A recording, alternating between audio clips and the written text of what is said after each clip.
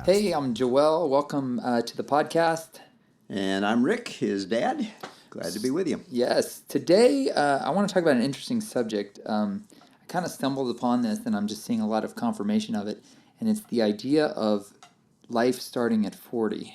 So if you're under 40 and listening to this, just Got a lot of life just ahead. know, you're not there yet. No, I'm just kidding. You'll be there soon. But what I started realizing when I started doing these, I guess it started when I started doing my master's degree in counseling, and they started talking about the existential crisis, which kind of happened. I mean, I guess the classic word for it is the midlife crisis. Midlife crisis, yeah. I've decided that most people don't like to call it that. They call it an existential crossroads.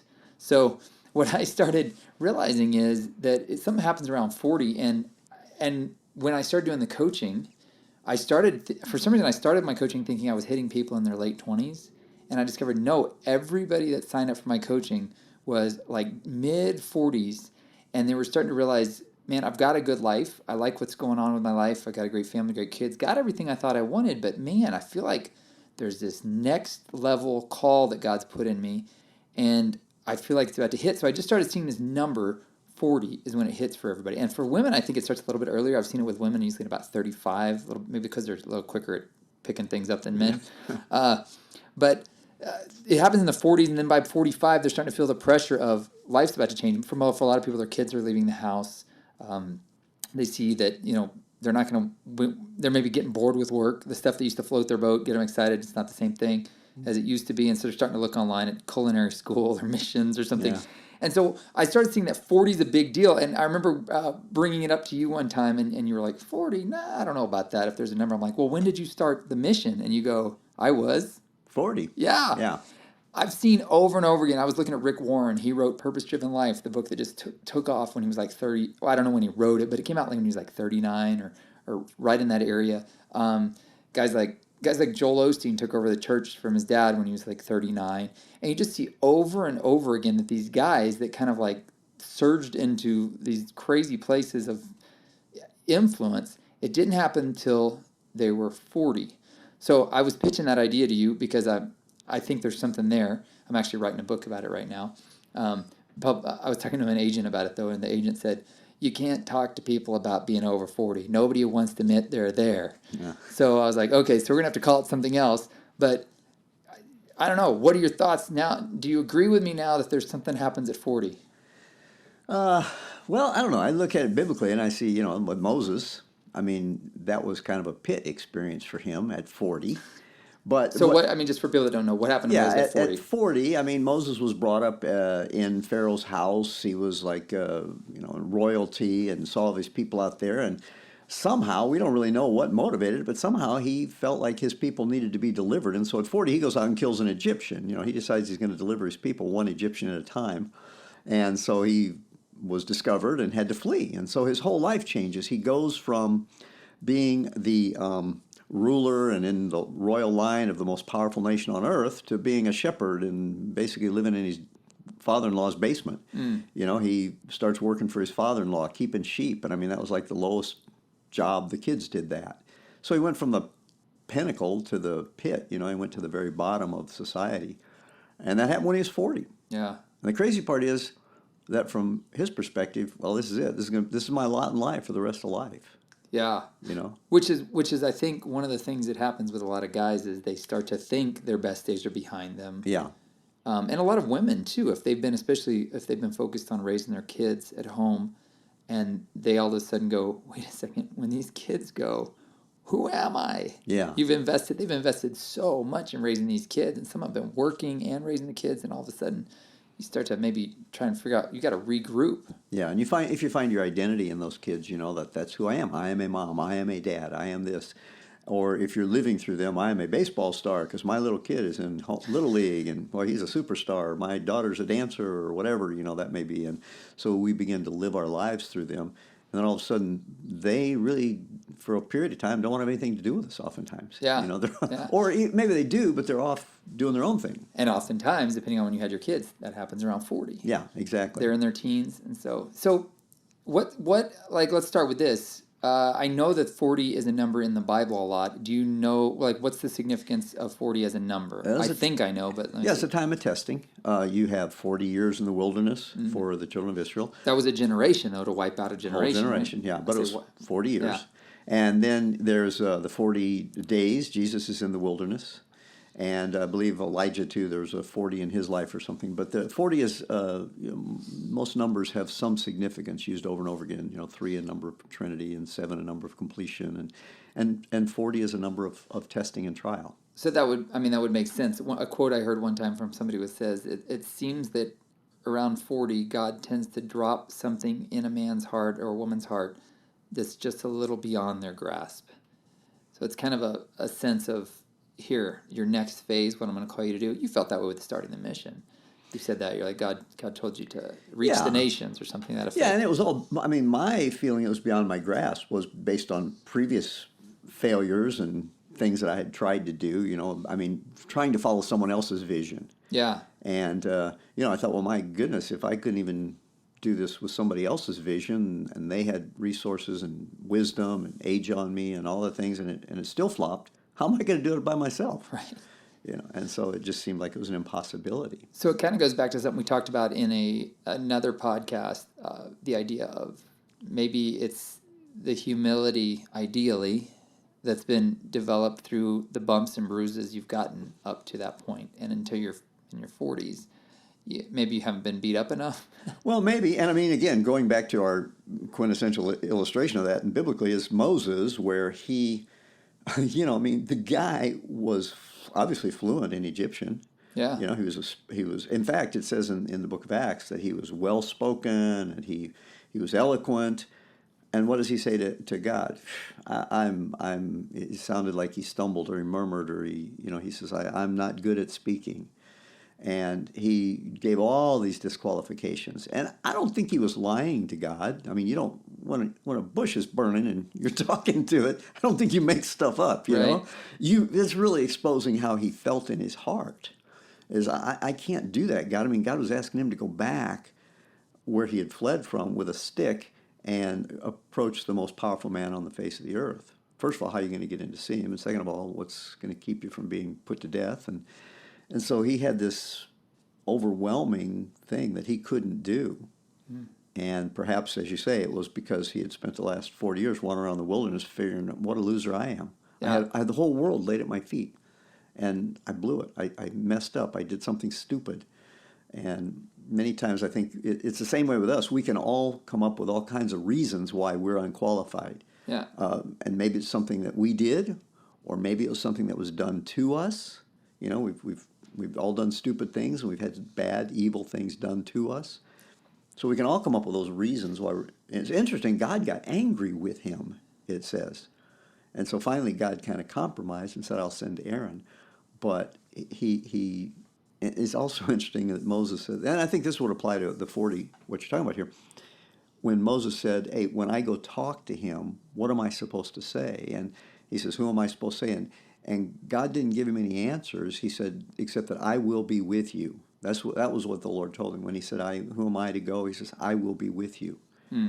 And in all those things, I'm not sure when we face that moment of figuring out what we're going to do, that God's going to give us step by step by step. Okay, well, here's what you're going to do. Step 1, you're going to do this. Step 2, step 3, step 4. And after these 10 phases, then you'll do this. I think he just kind of wants us to say, look, I'm going to be there with you, and just keep referring back to me. Keep talking to me, and let's go through this thing together.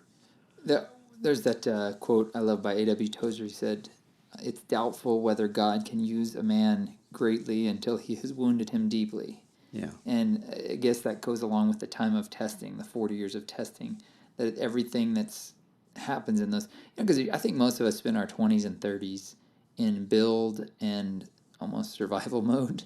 You've got this idea in your head of what life needs to look like. So you're building that, and so you just jump into a job. I remember I had a guy that called me. He wanted me to start taking professional football players on outdoor adventure trips.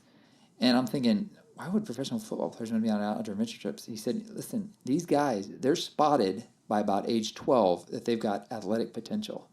He says, then what happens is, he trains these guys, and he knows them pretty well. He's a Christian.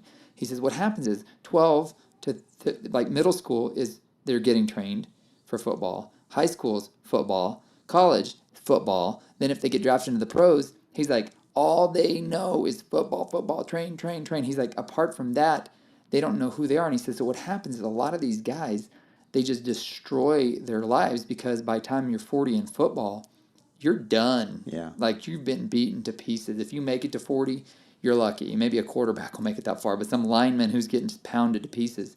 He says, and what happens is they get there at 40 and they get hooked on drugs and painkillers and all this stuff. And he says they need to figure out before they hit that threshold of when they're out of there who they are. And I thought that was interesting that's kind of a picture of what all of us do. In our 20s and 30s, we've got an idea, like, well, I want to climb the corporate ladder, or, I want to get in the law firm or whatever it is, get the partner position. And so you're spending 20s and 30s, and we need to get the house, we need the car, we need to get this, whatever. And then a lot of us, we get it right around the time you're in the 40s, maybe 45, 50, and then you start to go, why do I still not feel fulfilled? And it's because and again, we need that. We need to be taking care of our families. Right. But a lot of times we've spent so much time focusing on that, and God says, hey, now I want you to make this shift to significance. And that's where I'm kind of convinced that there's this book. It's called Old Masters and Young Geniuses and Old Masters. It's kind of an esoteric book. But he basically says that he's like, we look at all these young artists that are like, wow, look at the prodigy they were at a young age. And he says, yeah, but the great works were usually done by artists in their latter days. Right, yeah. And it's a pretty interesting thing because we always admire the young prodigy, but he says, no, most of the stuff that really holds up is the people who have trucked it through in their 40s and 50s, and they produce it in their second half when they produce that. And so that kind of fits in line with that, the idea that you're refining in the 20s, 30s, 40s who you are, and then now you're actually ready for God to use it in the right way. Yeah, I think for some people too, it's a realization, particularly for believers, where you've been climbing the hill, climbing the hill, climbing the hill, you get to the top of the hill and you realize, oh, wait a minute, if this is midlife, which I've decided I'm going to live to be 120, so like 60s. Like Moses? Yeah, maybe 140, so maybe 70 will be my midlife, just that's going to be my mid. So I may have a crisis in another 10 years or so, but if you're up there and you realize all of this stuff is just stuff, and now all of a sudden I've got, it's kind of a shaking thought when you realize I've got fewer days to live than I've already lived. I'm closer to the end of the race than I am to the beginning of the race. That is a sobering thought. Yeah, and then all of a sudden you begin to realize, I remember I was flying back on a plane with a friend of ours, Pastor Don Lavelle, and we were flying back from Philippines together, and he looked at me when he said, I realize I've probably only got about 20 more years of really effective ministry. I think that was about 20 years ago, so he was very underestimating. He's a powerhouse. He'll go he's a long still doing time. his stuff. But I thought, man, I never even think about stuff like that. And I began to think about it. I thought, well, no wonder it's so depressing. I don't want to think about that's things the like that. existential crossroads or crisis is where you go, oh Wow. my gosh, yeah. Yeah, and 20 years doesn't seem like long if you've lived 40 years. Yeah. You realize half of my life, I've only got half more of my life. And then you begin to realize, what have I gotten done that's really going to make a difference? And because you begin to realize, well, all this stuff, okay, I've cared for my kids, all my kids are on my own, my wife, and we're all doing good, but what am I going to do? And so I guess that's when you go get the red convertible. And again, if you don't have an eternal, if all you know is the material, then you begin to consume it on yourself. Well, so what I've seen in coaching guys in their 40s is they usually go to one of two extremes. The classic midlife crisis where you swap out for the red sports car and maybe swap out your wife or get a younger person. Women, unfortunately, are doing that too nowadays. Or they go to the other side and they say, well, gosh darn it, what got me here worked well. Yeah. So I don't need to change nothing. And so you just get really dogmatic about this. And that's when you find yourself saying, kids these days just don't know how to work, and stuff like that. And you start, and I think that's what Jesus was talking about were the old wineskins. He says, man, if you get too rigid, and it worked to get you here, but if you get too rigid, I can't do the new thing in the next season because it's going to break you. And so I think the middle path is the way to, it sounds very Buddhist, the middle path. But I think the middle path is the way to go. And it's the idea of you're going to have to take you're going to have to find some new road maps to work with. obviously the roadmap of flipping out is not a good roadmap. We've known people that have done that. It does not end well for them. But then also getting rigid and hardcore, you become irrelevant is what Right. happens. And we've all met people that way. It's like they stopped growing at 30 or 40. But Or they're not the problem. The world around them is the problem. yeah, they're not. And so I think the middle road is you got to figure out. I love this story. There's the guys that created Waze. It's a guy named Yuri Levine, and I heard his story on NPR or something, and he was trying to get these maps to create this app, and nobody would give him the maps. Google wouldn't give him the maps. Garmin wouldn't give him the maps. Whatever. These people that make maps.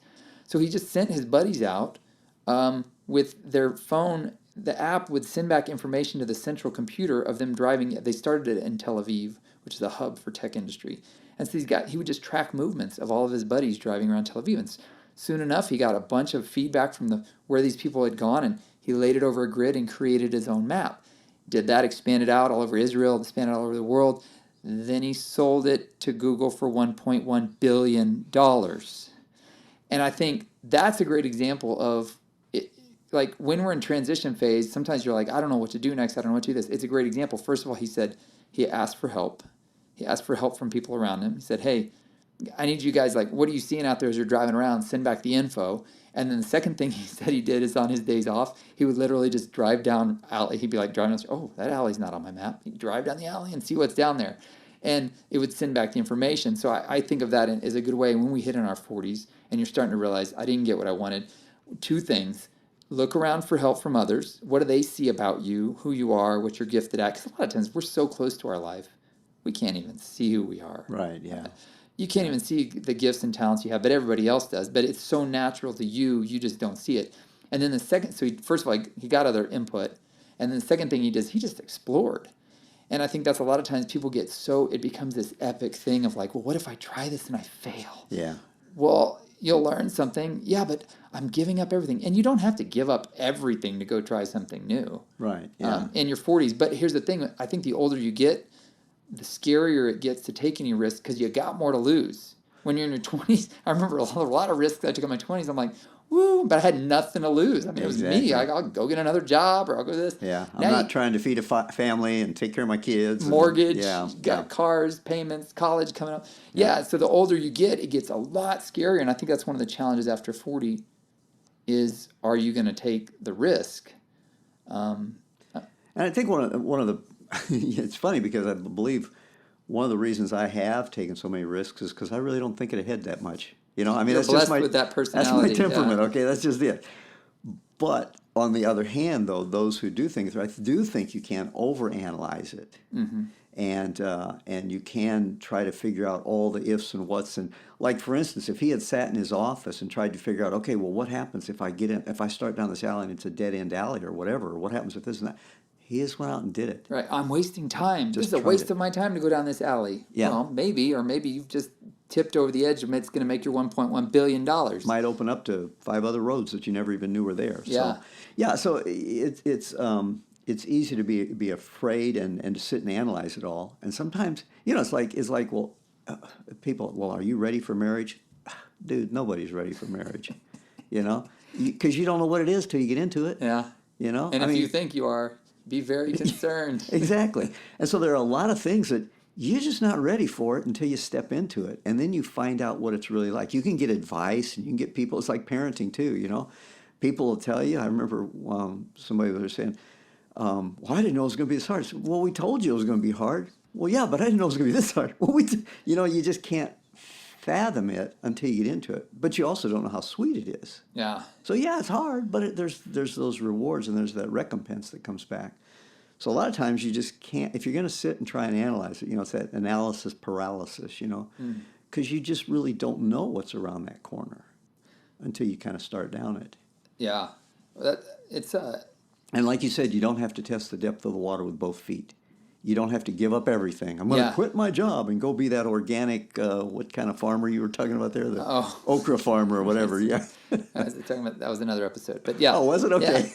Oh, that was recently. But yeah, it's the idea that, the dipping your toe in thing. I talk to a lot of guys. I'm writing a book about this, so I talked to my buddy Mike Navolio, and he leads people up Mount Kilimanjaro. The dude's 65. That is crazy. Yeah, he's like 65. As a 65-year-old, that is crazy. He's been at the top of Mount Kilimanjaro. I mean, he does it twice a year. The dude's a beast. He's amazing. Incredible dude. Total inspiration. But he was leading like 2 or 3 trips a year while he was still working his full-time job as an engineer or geophysicist or something in an oil company. So he's now retired, and he's doing this full-time, all these outdoor adventures. But he, for years, I mean, he was raising hundreds of thousands of dollars. So he does these climbs to raise money for well repairs. People go and build a well, but they forget you got to maintain them, or people just go back to drinking the same swill they were drinking before. So he goes and repairs these wells, and he raised all this money to do it. But he was doing that for years, taking, like, literally cashing in every ounce of his vacation time to do that. And man, the dude was so fired up. Finally, he stepped aside, retired, and did it. So that's one way of doing it, I think, is that dipping your toe in. Another guy I think of is our buddy Joe Betzel down in Guatemala. Mm-hmm. And he kind of dipped his toe in too, because his wife wasn't quite ready to retire, but they moved to Guatemala. I'll never forget the first time I met him. Cracked me up. I was like, "So you're a missionary?" He's like, No, I'm just a retired guy living down here helping people. I'm like, "But you're helping people?" He's like, "Yeah." I'm like, "Then you're a missionary." No, I'm not a missionary. I'm like, "Joe, tell me you're a missionary." And he wouldn't tell me that. He's like, "I'm just a retired guy that moved down here to help people." And the cool thing about it is his wife, I think she's a therapist or something. She goes still going back to the U.S. about every 6 weeks. She'd be gone for 2 or 3 weeks and work, and then come back. And he'd just keep plugging away, building houses just for widows.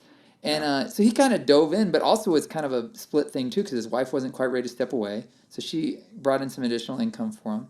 So you don't have to, like, sell everything and move away. And it's the same thing with missions. You say, well, maybe if you're going to Zaire, you do. No, you don't have to start that way. Not anymore. Spend a few months, spend a week, meet somebody, work with somebody. The cost is the world we live in, the commitment level, which a lot of people complain about.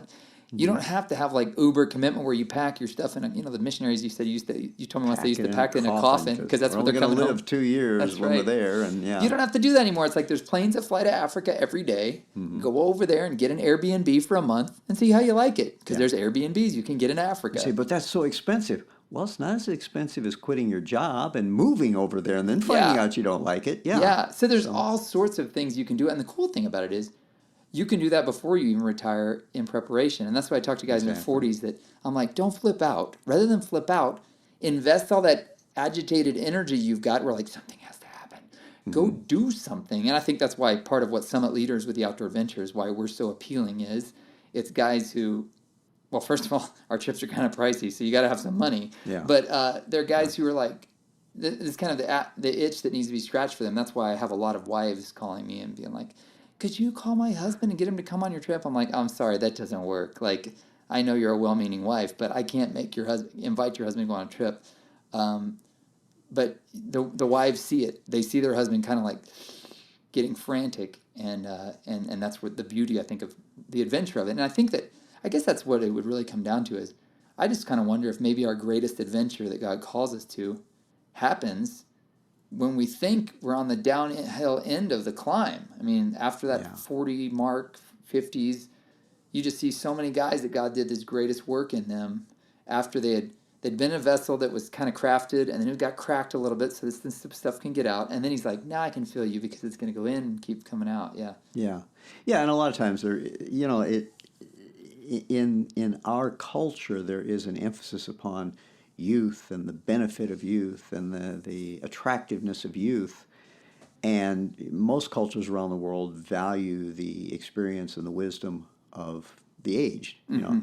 And you look at it, and like the Apostle Paul, for example, he had some years of experience under him. You know, the guys that were used more greatly were those that had some experience, because they have learned things through just being knocked around themselves, and as you say, have been humbled and broken, and you begin to learn to depend more upon the Lord, because as a younger person, you kind of feel like, you know, I remember me, I pretty well could do it on my own, you know, and you know, it was like I kind of thought that scripture, you know, so where Jesus said, "Apart from me, you can do nothing." What he really meant was, apart from me, you can do some stuff, but boy, if I bless it, it'll be a whole lot better. Right. So I'd pray, now, God, this is what I'm going to be doing. So, you know, I want your blessing on it, because it's going to be a whole lot better.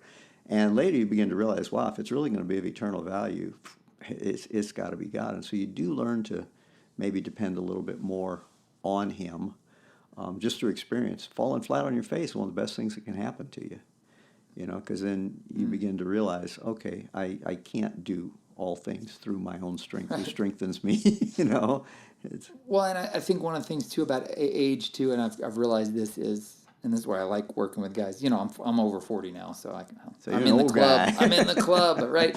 So one of the things I like though is that's challenging when I work with younger people is, and this sounds harsh, but they don't know the right questions to ask. Mm-hmm. So, like I remember speaking, I got invited to speak at this big university, and then beforehand they wanted me to meet with their student council. And I remember them asking me these questions that were starting to frustrate me, and I was like, "Why am I getting so frustrated with these kids? They're asking these sincere questions." But I realized all the questions were, "What box do I need to check to get where I want to go?" And I'm like, "That's the wrong question. Like, Yeah. what you need to figure out is who you are and what you're called to do." And I think you don't learn the right questions to ask until you're a little bit further down the road. Because Yeah. up until that point, you're just like, what box do I need to check? What hoop should I jump through? How do I get there? And unfortunately, it's not that simple either. Yeah. Oh, yeah. Well, I remember a senior minister used to counsel me a lot, and he kind of, when we were first married, he was just Sam Kelly, who was senior minister at the church there, and he would call me in, and many times he would say things to me, and I'm going like, what are you talking about? And it'd be things like, so who are you? Well, I don't know. I'm doing this. No, no, no. Not what do you do? Who are you?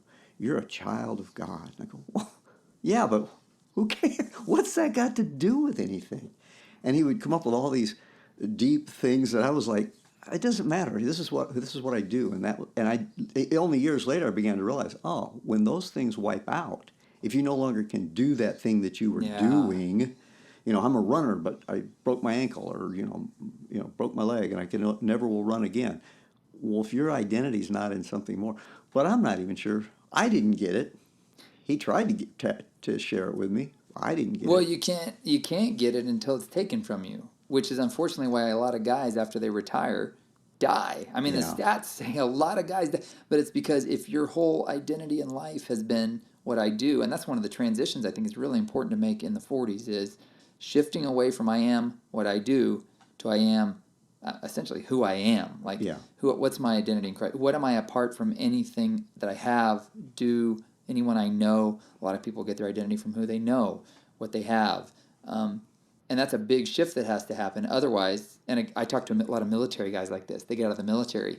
They're a mega high-ranking official. Oh, yeah. And then the next day, the bagger at the grocery store is talking trash to them. And you're like, do you know who I am? And they're like, you're some guy at the grocery store. Like, Yeah. I was a powerful man. Yeah. It's like, There's a story told about the fellow who retired and he got a job at Walmart as the greeter and he kept coming in late and finally the boss pulled him aside and says, you've worked all your life. What did they used to say to you when you came in late? They'd say, can I get you a cup of coffee, General? yeah. He's a greeter at Walmart now, but he used to be somebody really important. Yeah. And I think one of the biggest things, we'll just close on this, is this idea that it's not over until it's over. And a lot of times the most tragic thing I think to see, John Piper talks about this, is to see people who are in their finest years out playing golf, picking up seashells on the shore. Like, that's not, yeah, that's such a waste of what the world could get from you. And you may say, well, the world doesn't value what I have, and that's wrong. They do, but you're going to have to be that new wineskin probably. You're going to have to and figure out, how do I present what God's given to me in a new way? And that's where it gets uncomfortable for a lot of guys because it's like, well, nobody wants to learn from old guys like me. That's wrong. They do want to learn, but are you willing to present it in the way that they get it? It takes a humility to do that. I was at the VA hospital one time over here, and a couple guys were sitting around, and he says, I sit in my garage and make bird houses all day. And they goes, you make bird houses? He goes, well, yeah, you got to do something to pass the time. And I'm thinking, dude, there's like 15 ministries in this town that if you would go in, you would be Mr. Crucial. You could help, you could serve food, you could help counsel people, you could just shuffle kids in and out of an after-school program. He's making birdhouses. Which, if that's what God's called you to do, make the birdhouses. But it was just his whole thing was because you got to do something to pass the time. And I'm thinking, man. But again, it might not have been what he was comfortable to doing. And you may need to be the greeter at Walmart. and it may not be what you're comfortable doing. And again, it's that flexibility. If you're expecting everybody to mold to you, Yeah. well, the world has moved on. Yeah. And you may need to do some molding to it, but you do have a lot to give. Absolutely. You just have to be willing to give it at the level they're willing to receive it. And it's much more than just relaxing out till you die. Yeah. And it seems so much too that the people that find their purpose in their second half are the ones that really finish strong. Man, the guys that they finish strong. Wrote an article one time, why win a Bago when you could win a nation? Go do something worthwhile with your life. Especially if you've been blessed with health, which I get a lot of times you don't have the health. That's what I love about with you guys. Sometimes I get frustrated that y'all are gone for 3 weeks at a time. I'm like, I need you around. But hey, thank the Lord you have your health in your 60s. You guys are able to travel to Africa on a 24-hour flight in coach. It's like, it's brutal. I'm getting too old for that personally. But I am too. I'm just real cheap, so I still do it. All right. So anyways, that's I think the coolest thing is that God wants to use you up until the very end. I'll close with something like my grandpa said. I'll never forget. My grandpa was crippled for his whole life, but he always was figuring out ways to get around that crippled, and he was always busy. I never saw it as a handicap. No, but he was always so busy. And I remember in the last months of his life, he was bedridden, and I remember him telling me one of the last things he said before he died. He said, Joel, in his Cajun accent, God's taught me more on this bed in the last few months than I think about myself than I think I've learned my whole lifetime. And I was like, wow, God up until the very end is going to accomplish his work in you. Hopefully it's not while you're bedridden, but he's going to get his work done. And so you can be confident that your best days aren't behind you. Your best days are what you have right now, and so use that. Put a mirror in front of your mouth, and if you see a little breath there, God's not done using you. That's right. So keep breathing, keep moving. Awesome. Good talk, Dad. Yeah, fun.